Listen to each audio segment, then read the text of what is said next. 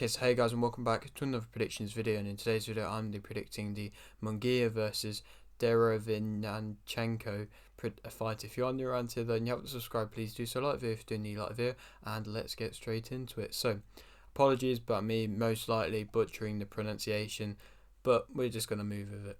So going into this fight, Munguia is 41-0 with 33 KOs, and Derevyanchenko is 14-4 with 10 KOs. This fight is a 12-round fight in the super middleweight division. I find that a little bit strange that it is in the super middleweight division.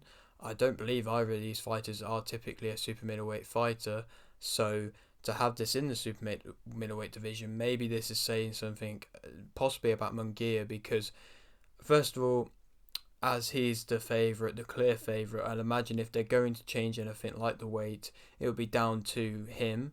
And second of all, he is a big guy for a middleweight, so maybe this is saying something about him possibly wanting to campaign in the middleweight division or the super middleweight division. I'm not entirely sure, but possibly. I mean, I know Munguia's talked a lot about fighting Golovkin, so I mean, I know Golovkin can come up to super middleweight, but I don't think he would for a Munguia fight, to be completely honest. So that's something just interesting off the back. Going into this, Munguia's last fight was a win via KO in round 3 versus Correa, and Derevyanchenko's last fight was a win via unanimous decision versus Conley.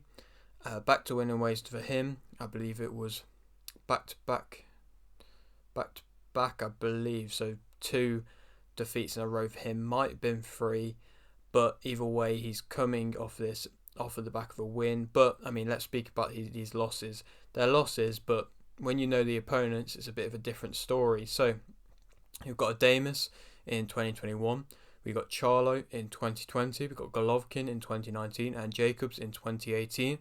In that time, he's never been stopped, and I think that's an impressive feat in itself, saying that he has been knocked down in the past and in both first round fashion, but I think he does have a good chin. I think predominantly when he gets knocked down, it is based down to more kind of like a flash knockdown, nothing major that's going to hurt him.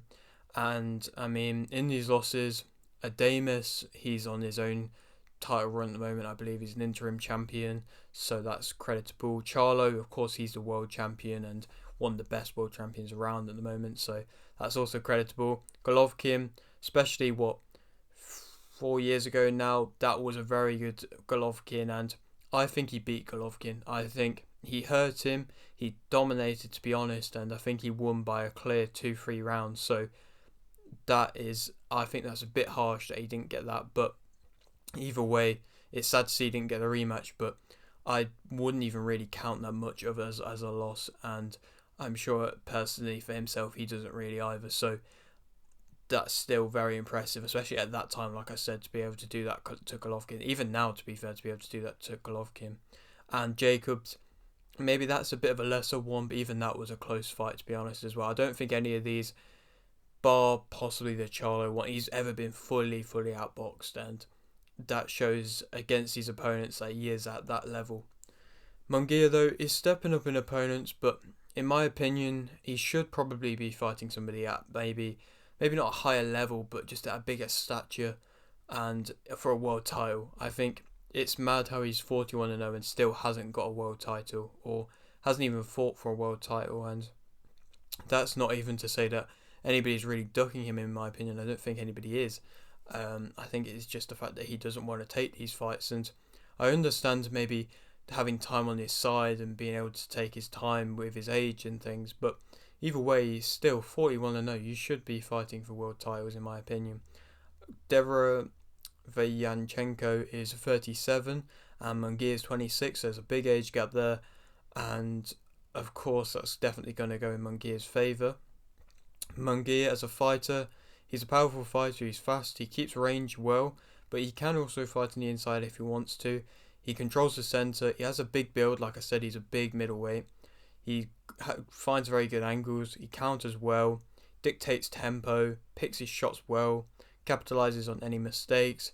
He's physically overwhelming. I think where he had his success in his last fight was where he was picking his shots and where he was waiting for somebody, Correa, to make a mistake, and then was just capitalising on that mistake and then picking his shots well and like I said, changing the tempo when needed. He wasn't really. Yeah, I think he knew that he didn't have to do loads to be able to beat Korea, and he didn't have to overthink it, and so he just kept behind his jab, slowed the pace down. The only real time he turned it up was when he had him on the ropes, but even then there was no real need to turn it up too much, so he didn't have to, and he didn't, and he won convincingly. I mean, round 3 KO. Munguia, though, he's a slow starter. He takes time to find his range at times. He gets caught when opponents come in. He needs more body work at times. I think his body work is very good. He just doesn't always utilise it as much as I sometimes like to see. He isn't as used to being in a war as what I'd say Derevyanchenko is. He can't always land his combinations. Sometimes he doesn't throw them. Sometimes he doesn't have the chance to throw them. And maybe that's more credit to his opponents, what they can do. Maybe they are just being a bit more scared and covering up a little bit more. But either way, I think maybe it takes he needs a real opening to be able to throw them combinations, and he doesn't always throw them. But Derevyanchenko as a fighter, he's faced adversity, like I said, and he's come back from that. Well, he's come back, like I said, against Golovkin, I thought he won. But he's come back and he's not necessarily won, but he's faced that adversity and still looked good after facing that adversity. He's got good body work, very good body work. He's fought at this level for a while now, unlike Munguia, who maybe I'd say hasn't been fighting at this level, this world level. And I think Derevyanchenko has been. He's got a good jab. He finds his angles well as well. He's accurate. He's active, very active, high tempo fighter. He has solid combinations. Sits down on his shots. He's got that fighting spirit, a tight guard. He's always replying to any shot that he faces, and he beats you up and breaks you down and backs you up as well. I mean, realistically, attacking wise, he is a very good attacking fighter, I think.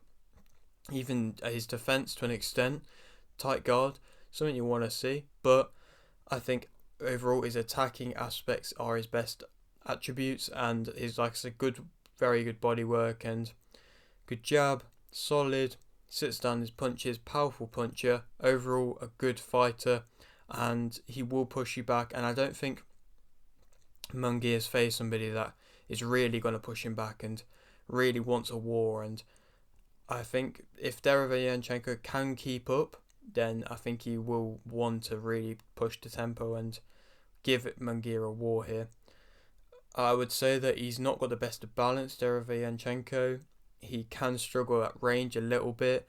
He has to be the aggressor. If he isn't, then he's just going to get caught out with shots, and he does slow down. I mean, of course, there's questions of him being past his peak, and overall questions on if how good he will look in the later rounds. But of course, he's got nothing to lose realistically, and so that's something that's always going to be a factor in this. Munguia is the favourite for this fight though, and I think that Derevyanchenko will win via TKO in round 4. I know this is a very, very bold shout. I just think that, like I said, I don't think Munguia's really faced somebody who is really going to put the pressure on them, really come with intent and be smart with it as well, not just be overly wild. And I mean, I don't know how Derevyanchenko always gets these opportunities in these huge fights, but credit to him. He always takes them. He always looks good in them, even when he loses. And I think in this one he's going to win, and he's going to catch Munguia off guard and just be too much in the end for him, and then be able to get the victory. And then I really don't know where he goes from this. I think there's options. I think Alan McNully, a lot of people are ducking him at the moment, and I don't think Derevyanchenko would duck him. Golovkin again, of course. Like I said, I thought he won, so there's always a rematch there. And Nursultanov is an option, another world level type guy, near the top of the IBF rankings, so possible option there. But I probably would say that the Alan McNully's fight is probably the most likely to happen, because like I said, Alan McNully's been ducked by a lot of people, and like I said, I don't think Derevyanchenko would do that. But yeah, that is it for today's video. Hope you did enjoy. Like the video if you didn't, like this, subscribe if you're new, and thanks for watching.